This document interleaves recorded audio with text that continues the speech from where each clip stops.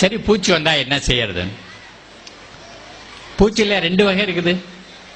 Beneficial இன்செக்ட்ஸ்னு ஒன்று இருக்குது, harmful இன்செக்ட்ஸ்னு ஒன்று இருக்குது. ரெண்டு பிரிவு இருக்கு. பூச்சி எல்லாத்தையும் கொலை பண்றது சயின்ஸ் கிடையாது, அது நன்மையும் கிடையாது, ஹியூமன் வெல்ஃபேரும் கிடையாது. அப்போ ஒரு சிலந்தி வலை கட்டி வச்சிருந்தா அதில் அந்து பூச்சி வந்து சிக்கினுச்சுன்னா அதை பிடிச்சி அது சாப்பிட்டுக்குது. நம்ம குழவி எப்போ பார்த்தாலும் தோட்டக்கிற பச்சை புழை கொண்டாந்து வச்சு தான் முட்டையை போடுது, அதுக்கப்புறம் தான் அது பண்ணிக்கிட்டு இருக்குது.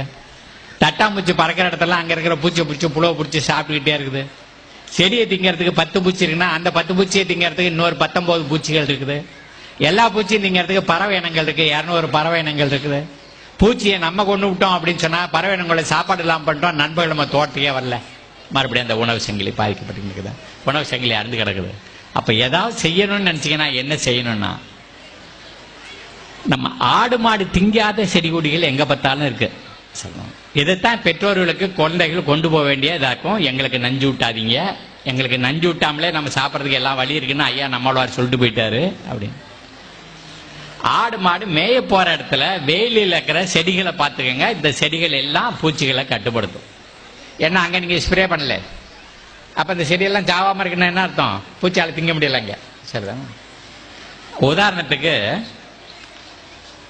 ஆடாதோட, ஆடு திண்டாப்பால, ஊமத்தை, எருக்கு, தும்ப, துளசி, துத்தி, பெரண்டை, சோத்துக்கத்தால, பீனாரி, பப்பாளி, சீத்தா, நொச்சி, வேம்பு, நெய்வேலி காட்டாமனுக்கு, வேலிப்பருத்தி, வரிக்குமுட்டி, உண்ணுமுள்ளி செடி, நீலகிரி தைலமரம், அரளி, 20 செடி சொல்லியிருக்கு.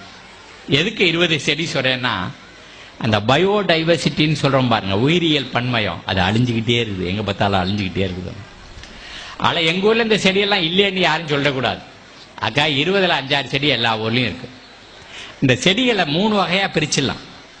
ஒன்று ஆடாதோட வேம்பு மாதிரி தின்னா கசக்கிற செடி, 2 எருக்கு மாதிரி பப்பாளி மாதிரி ஒடிச்சா பால் வர்ற செடி, 3வது துளசி நொச்சி மாதிரி தொட்டா வாசனை அடிக்கிற செடி. ஒன்னொன்னுலயே 2 கிலோ கொண்டு வந்து துண்டுதுரா வெட்டுறது, உரலை போட்டு இடிக்கிறது, பானைக்குள்ள போடுறது, மாட்டு புத்தரத்தை ஊற்றி நிறுத்துறது. 7வது 8வது நாள் பூச்சி விரட்டி ரெடி. பூச்சியை கொல்லவே இல்லை, நம்ம பூச்சியை விரட்டிடுறோம். அந்த வாடைக்கு தாய்ப்பூச்சி நம்ம செடியில் வந்து முட்டை போடுறது கிடையாது, புழு திங்கிறது கிடையாது. புழு உண்டாயிடுச்சுனாலும் அது திங்கிறது இல்லை, தின்னா அஜீரணத்தில் அது செத்து போகுது. ஆகையினால நம்ம பூச்சியை கண்ட்ரோல் பண்றோம். இயற்கையில் எல்லா ஆற்றலும் இருக்கு. தமிழ் சமுதாயம் உலகத்துல மூத்த சமுதாயம். நம்ம மூதாதையர்களுடைய அறிவு இருக்கு பாருங்க, ஞானம், அதை நம்ம இறந்துட்டு நிக்கிறோம். இன்னைக்கு நாட்டில் இருக்கிற மிகப்பெரிய கொடுமை என்னன்னு கேட்டா சாயில் எரோஷன்ங்கிறாங்க. மரத்தை வெட்டிட்டீங்கன்னா பெய்யற மலையில மேல் மண்ணெல்லாம் அடிச்சுட்டு போயிட்டே இருக்கு, அந்த மேல் மண்ணில் தான் உயிர் இருக்குது. ஆனா அதை விட பேரறிவு என்ன அப்படி சொன்னா, நாம மூதாதையருடைய ஞானத்தை இழந்துட்டோம். Erosion of wisdom. அதை மறுபடியும் மீட்டெடுக்கிற வேலையில தான் நம்ம எல்லாரும் சேர்ந்து பங்களிக்க வேண்டியிருக்குது. நான் இருக்கிற குறை நாள்லையும் இந்த நாட்டு இளைஞர்களோட சேர்ந்து இதை பெரிய அளவில் செய்வோம். நம்ம எதிர்காலத்தை நாமளே காப்பாற்றிக்குவோம். அந்த 1800 வருஷத்துக்கு முன்னாடி கணியன் பூங்குன்றன் சொன்னா, தீதும் நன்றும் பிறர் தரவாரா, நல்லது கெட்டது அடுத்தவன் தந்து வர்றதில்லை, எல்லாம் நாமளே தான் வரவழைச்சிக்கிறது. ஆனால் நமது இதுவரையிலும் தீங்க வரவழைச்சிக்கிறதுட்டோம். கொஞ்சம் நம்ம வேலைகளை நிறுத்தி வச்சுட்டு கொஞ்சம் ஆழமாக யோசிச்சோம்னா, கல்வி நிலையங்களில் கொஞ்சம் ஆழமாக யோசித்தோம் அப்படின்னு சொன்னாக்க, மறுபடியும் நல்லதை நம்ம எல்லாரும் மறுபடியும் கொண்டு வந்துக்கிறதுக்கு எதிர்காலம்னு ஒன்று இருக்குது அப்படின்னு கூறி, இந்த நேரத்தில் இவ்வளவு நேரம் உங்களோட இதெல்லாம் பரிமாறிக்கிறதுக்கு வாய்ப்பை கொடுத்ததற்காக இந்த கொங்கு நாடு கல்வி நிறுவனங்களுடைய நிர்வாகிகளுக்கும் ஆசிரியர்களுக்கும் காது கொடுத்த உங்களுக்கும் என்னுடைய நன்றியை தெரிவிச்சுக்கிறேன். நன்றி, வணக்கம்.